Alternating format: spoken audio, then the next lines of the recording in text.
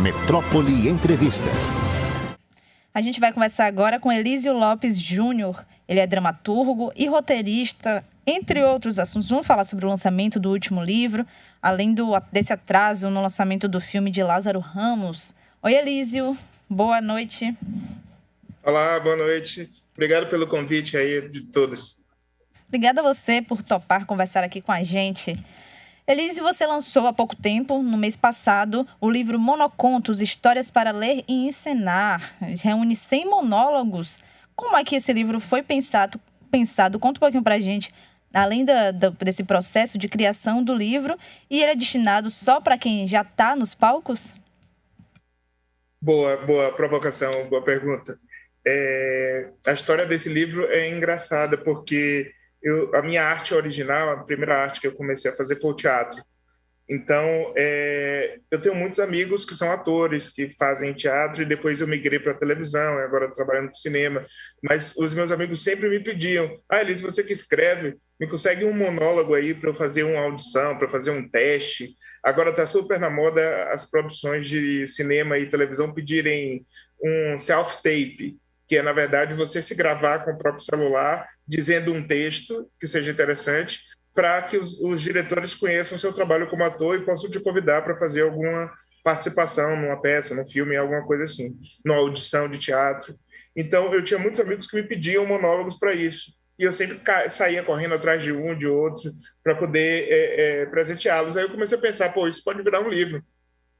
Eu comecei a juntar os monólogos que eu escrevi, que são monólogos que nasceram soltos, né? Na verdade, que não compõem peça nenhuma, ou monólogos que eu tinha escrito dentro de peças de teatro, que eu acabei cortando por algum motivo, ou monólogos que eu escrevi para algum espetáculo específico. Eu dirijo muitos espetáculos de premiação, muitos espetáculos especiais, em datas especiais, shows, e para esses eventos eu acabo escrevendo textos originais que são lidos ou interpretados naqueles eventos e nunca mais são utilizados. Então, eu saí coletando esses textos todos, fiz uma curadoria desses textos, criei os 5 capítulos do livro e organizei esses monólogos de forma que seja interessante a leitura, não só para quem é ator e deseja ali um texto para alguma atividade, mas sim privilegiei monólogos que tivessem histórias, obviamente, narradas na primeira pessoa, porque é na estrutura de monólogos, mas o livro se chama Monocontos exatamente porque são contos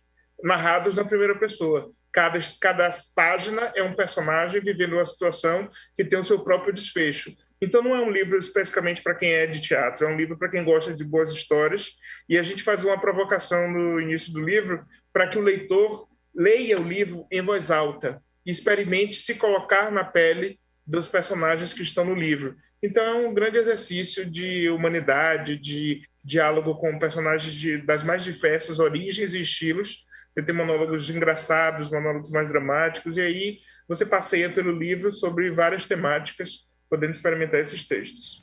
Era exatamente isso que eu ia perguntar, Elísio. Tem temáticas específicas, esses monólogos? É tudo muito solto? Ou tem algo... Fala um pouquinho sobre isso. Além disso, como você falou, né, o livro se divide em atos. Fala um pouquinho sobre cada um deles. São 5 atos o livro. O primeiro ato são monólogos de personagens que nascem femininas, porque eu não gosto dessa limitação de que um personagem feminino seja para mulheres. Não é.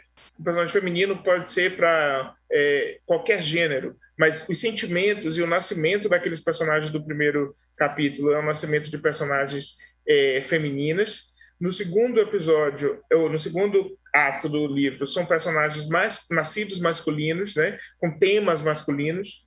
O terceiro ato do livro eu chamo de cenas pretas, porque são monólogos todos sobre a questão da negritude, que sempre é uma questão muito presente na minha vida e na minha obra.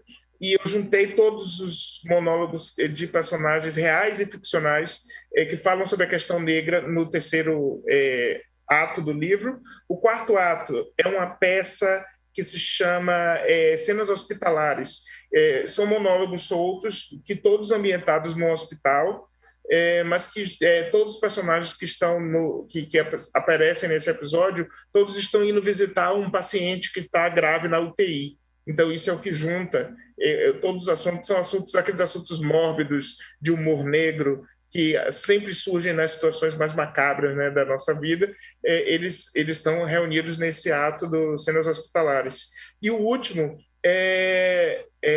eu chamo de Quem Está no Inferno Abraça o Diabo, que é, na verdade, 3 personagens que estão à beira de um ato de loucura, né? À beira de um ato extremo dentro das suas vidas, e que são monólogos também que estão entrelaçados, mas que são histórias individuais. Então, o livro ele é todo permeado por esses 5 atos, e misturam em todos os blocos, em todos os atos. Você tem personagens reais, que são personagens que eu pego da vida real e dou a minha leitura deles, e você tem personagens ficcionais, que são personagens realmente inventados pela minha arte, né? Pela minha forma de escrita.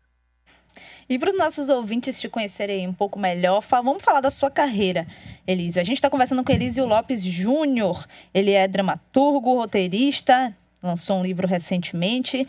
Fala um pouquinho, assim, de acordo aqui com as informações, você começou a escrever peças de teatro aqui em Salvador aos 12 anos. Como é que isso começou? E agora já está passeando aí cinema, televisão, teatro. Fala um pouquinho sobre essa sua trajetória e aproveita e dá uma receitinha para quem também quer chegar aí.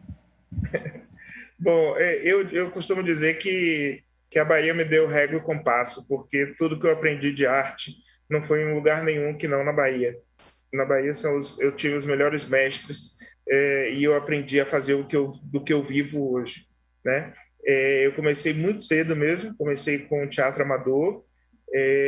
Eu participei do Festival Intercolegial de Teatro, que aconteceu inclusive num teatro que nem existe mais, que é o Teatro do Baiano de Tênis, e eu estudava no Colégio Drummond, e representando o meu colégio na época, um colégio que ficava ali na Pituba, e ganhamos o festival, participamos de oficinas de teatro com professores maravilhosos como Hebe Alves, Fernando Guerreiro, Paulo Dourado, Elisa Mendes, Celso Júnior, e essas pessoas me formaram na época, como ator amador, né? Mas eu já escrevia também, e eu comecei a produzir espetáculos profissionalmente na Bahia. Eu produzi muitos espetáculos. Eu comecei com teatro infantil, produzi o Mistério do Chiclete Grudado, que era um texto que eu escrevi, depois Pontapé, depois Sonhador, espetáculos que foram premiados na época no Troféu Bahia Aplaude, depois no Prêmio Copene, depois no Prêmio Braskem de Teatro, e a carreira foi se desenhando a partir do teatro, né? A minha escrita começa no teatro. E depois disso, eu comecei a escrever para o Canal Brasil, depois para a TV Brasil, e aí fui escrever o Esquenta na TV Globo.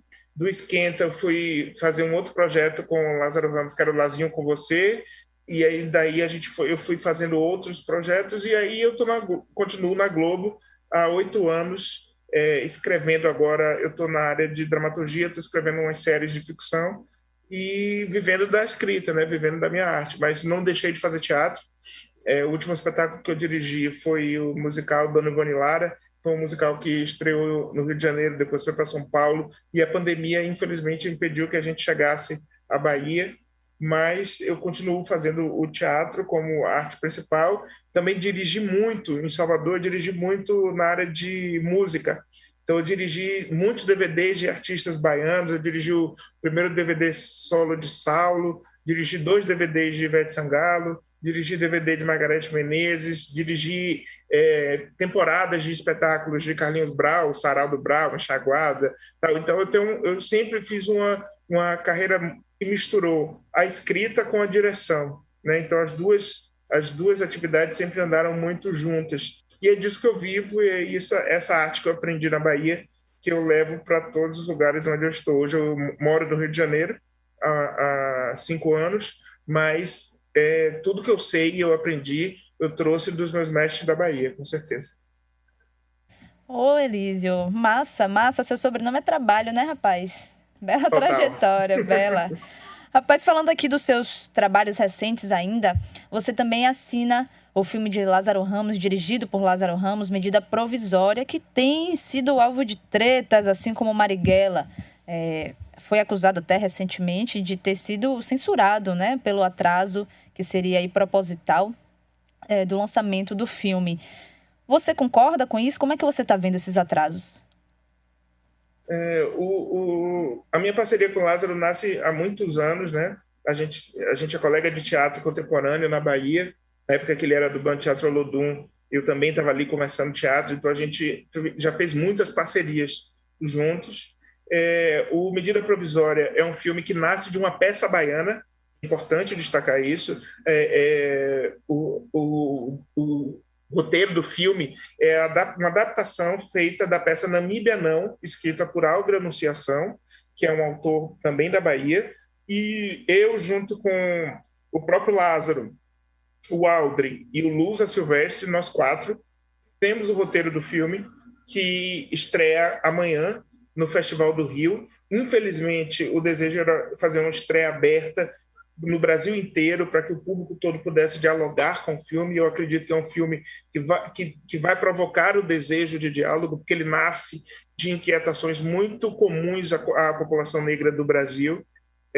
A gente fala sobre assuntos que são muito pertinentes, muito fortes, e a gente cai numa ironia que é o tempo, né? O cinema, ele tem um tempo de feitura, um tempo de maturação. Esse projeto nasceu em 2011, né? O filme ficou pronto em 2019, em 2020 ficou pronto e não pôde estrear por causa da pandemia. E aí vem em 2021, a gente também não consegue estrear por uma série de burocracias impostas pela Ancine, que a gente não consegue compreender exatamente as motivações, mas que realmente impediram o filme de chegar ao público agora no mês de novembro, que era a previsão original. Então, é uma situação alarmante. Eu acho que é uma situação que faz com que a gente abra os olhos para o país onde a gente vive, para o que está sendo ofertado de cultura, o que é que está sendo valorizado, o que é que está sendo financiado e o que é que não está conseguindo chegar ao público, porque, com certeza, tem um viés político e um direcionamento muito específico para que os conteúdos não acessem os públicos e as plateias que precisam acessar. Sim, sim. A gente vai seguir acompanhando, inclusive, isso aqui. Elísio, muito obrigada por essa conversa. Eu queria que você deixasse agora, ao final, os meios para quem quiser seguir acompanhando o seu trabalho e quem quiser comprar o seu último lançamento, o Monocontos, Histórias para Ler e Encenar. Beleza. O livro está à disposição no site da editora, Editora Malê, M-A-L-E, Editora Malê. Você pode comprar no site. Em Salvador, você pode comprar no Shopping Barra, na Escariz, na livraria Escariz, que foi onde a gente fez o lançamento. Lá tem o livro à disposição. E quem quiser dialogar sobre escrita, roteiro, criação, tudo, podem me procurar nas redes sociais, Elísio Lopes JR, no Instagram, no LinkedIn, e vamos trocar, vamos conversar. E eu acho que o movimento de crescimento tem que ser um movimento de corrente. Ninguém cresce sozinho, ninguém avança sozinho, e quanto mais gente preta no poder, escrevendo e conduzindo as histórias desse país, com certeza o resumo vai ser diferente e bem melhor. Certeza. Obrigada, Elísio. Sucesso no seu trabalho. Obrigado a vocês, obrigado pelo convite.